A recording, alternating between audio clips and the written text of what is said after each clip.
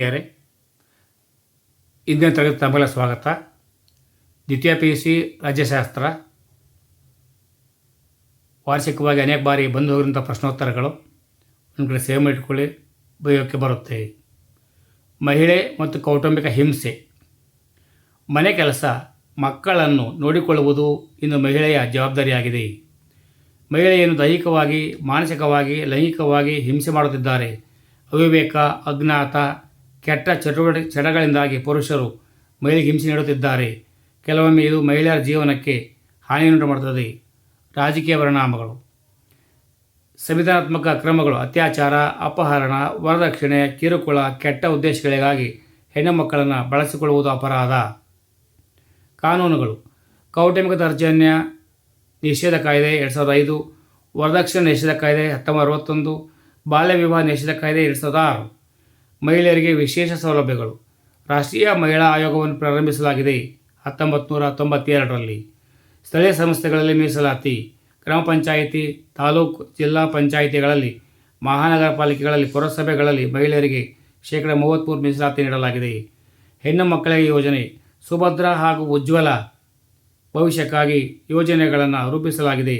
ಉದ್ಯೋಗ, ಸ್ತ್ರೀಶಕ್ತಿ, ಅಮೃತ ಭಾಗ್ಯಲಕ್ಷ್ಮಿ ಯೋಜನೆಗಳು. ಮಹಿಳಾ ಸಬಲೀಕರಣ.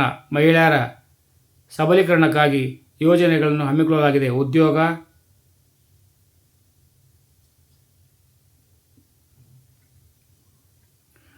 ಖಾತ್ರಿ, ಇಂದಿರಾ ಆವಾಸ್, ಸ್ವರ್ಣ ಜಯಂತಿ, ರೋಜ್ಗಾರ್, ಜವಾಹರ್ ಗ್ರಾಮ ಸಮೃದ್ಧಿ ಯೋಜನೆಗಳಾಗಿವೆ.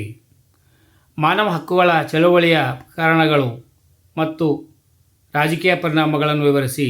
ಮಾನವನಿಂದ ಬೇರ್ಪಡಿಸಲಾಗದ ಹಕ್ಕುಗಳನ್ನು ಮಾನವ ಹಕ್ಕುಗಳು ಎನ್ನುತ್ತೇವೆ.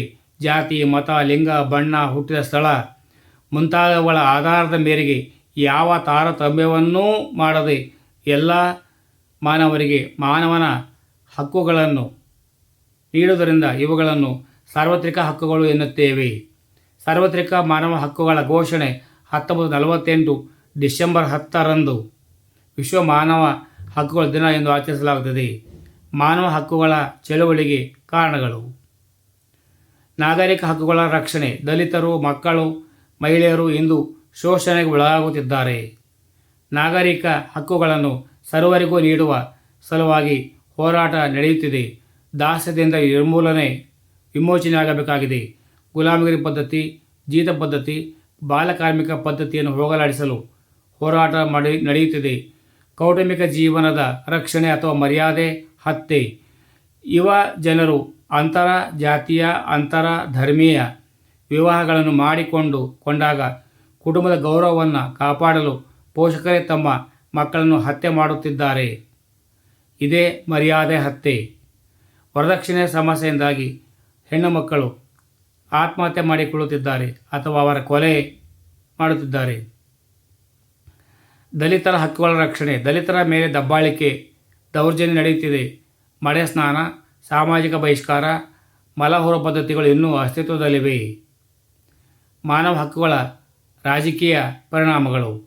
ರಾಷ್ಟ್ರೀಯ ಮಾನವ ಹಕ್ಕುಗಳ ಆಯೋಗ NIRC 1994ರಲ್ಲಿ ಅಸ್ತಿತ್ವಕ್ಕೆ ಬಂದಿತು. ಸುಪ್ರೀಂ ಕೋರ್ಟ್ನ ಪ್ರಸ್ತುತ ಅಥವಾ ನಿವೃತ್ತ ನ್ಯಾಯಾಧೀಶರು ಇದರ ಮುಖ್ಯಸ್ಥರಾಗಿರುತ್ತಾರೆ.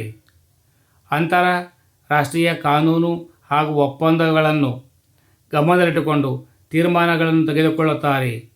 ವಿಚಾರಣೆಯ ಸಮಯದಲ್ಲಿ ಅಗತ್ಯವಾದಾಗ ಹೊಸ ಶಾಸನಗಳನ್ನು ರಚಿಸುತ್ತಾರೆ. ರಾಜ್ಯ ಮಾನವ ಹಕ್ಕುಗಳ ಆಯೋಗ 2005ರಲ್ಲಿ ಇದು ಅಸ್ತಿತ್ವಕ್ಕೆ ಬಂದಿತು. ಹೈಕೋರ್ಟ್ನ ಪ್ರಸ್ತುತ ಅಥವಾ ನಿವೃತ್ತ ನ್ಯಾಯಾಧೀಶರು ಇದರ ಮುಖ್ಯಸ್ಥರಾಗಿರುತ್ತಾರೆ. ಮಾನವ ಹಕ್ಕುಗಳು. ಜಿಲ್ಲೆಯಲ್ಲಿ ಜಿಲ್ಲಾಧಿಕಾರಿ ಹಕ್ಕುಗಳು ಹಾಗೂ ಮಾನವ ಹಕ್ಕುಗಳ ರಕ್ಷಕರಾಗಿರುತ್ತಾರೆ. ಮಕ್ಕಳ ಸಹಾಯವಾಣಿ ಮೂಲಕ ದೂರನ್ನು ದಾಖಲಿಸಲು ಅವಕಾಶವಿದೆ. ಅರಿವು ಮೂಡಿಸುವುದು. ಮಾನವ ಹಕ್ಕುಗಳ ಬಗ್ಗೆ ಜನರಲ್ಲಿ ಜಾಗೃತಿಯನ್ನು ಮೂಡಿಸುವುದಾಗಿದೆ. ಜೈ ಹಿಂದ್, ಜೈ ಕರ್ನಾಟಕ, ಜೈ ಭಾರತ್ ಮಾತೆ. ಸರ್ವರಿಗೂ ಶುಭವಾಗಲಿ. ಸರ್ವೇ ಜನೋ ಸುಖಿನೋ ಭವಂತು. ಯಾರೆಲ್ಲ ಸಬ್ಸ್ಕ್ರೈಬ್ ಮಾಡಿಕೊಂಡಿಲ್ಲ ದಯಮಾಡಿ ಸಬ್ಸ್ಕ್ರೈಬ್ ಮಾಡಿಕೊಳ್ಳಿ. ನನ್ನ ಧ್ವನಿಗೆ ನಿಮ್ಮ ಬೆಂಬಲ ಅಗತ್ಯವಿದೆ ಎಂದು ಹೃದಯಪೂರ್ವಕವಾಗಿ ಹೇಳ್ತಾ ಇದ್ದೇನೆ.